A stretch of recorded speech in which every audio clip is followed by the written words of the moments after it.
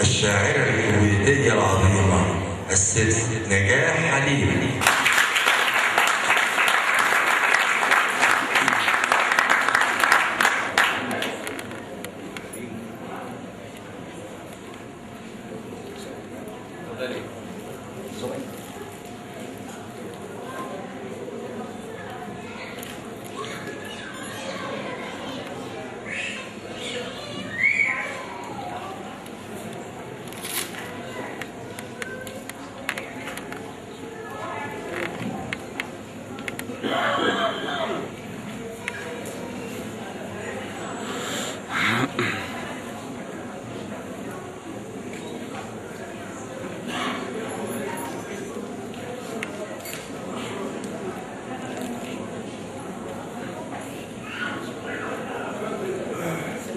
مساء الخير.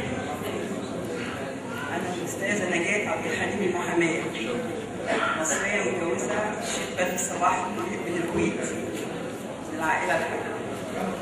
في أجازة في مصر جيت مخصوص عشان مهرجان الشعر العربي، وكان لي عظيم الشرف إن أنا أقابل رئيس نادي أصحاب اللجان وأتشرف بيه، أتشرف بالجمهور كله اللي حاضر، ورئيس الشعراء العامية المصرية الأستاذ محمد فتحي، الأستاذ جمال الشاعر رئيس المهرجان، والشاعرة انتصار، وجميع الفنانين اللي حضروا، كل الجمهور الكريم، ونشكركم على الحضور. إن شاء الله هتستمتعوا جدا ببعض أشعاري باللغة العربية الفصحى وبعض أشعار العامية، يعني مش بعض كتير، يعني نماذج إن شاء الله. اتشرفت بيكم، وكل سنة وانتم طيبين.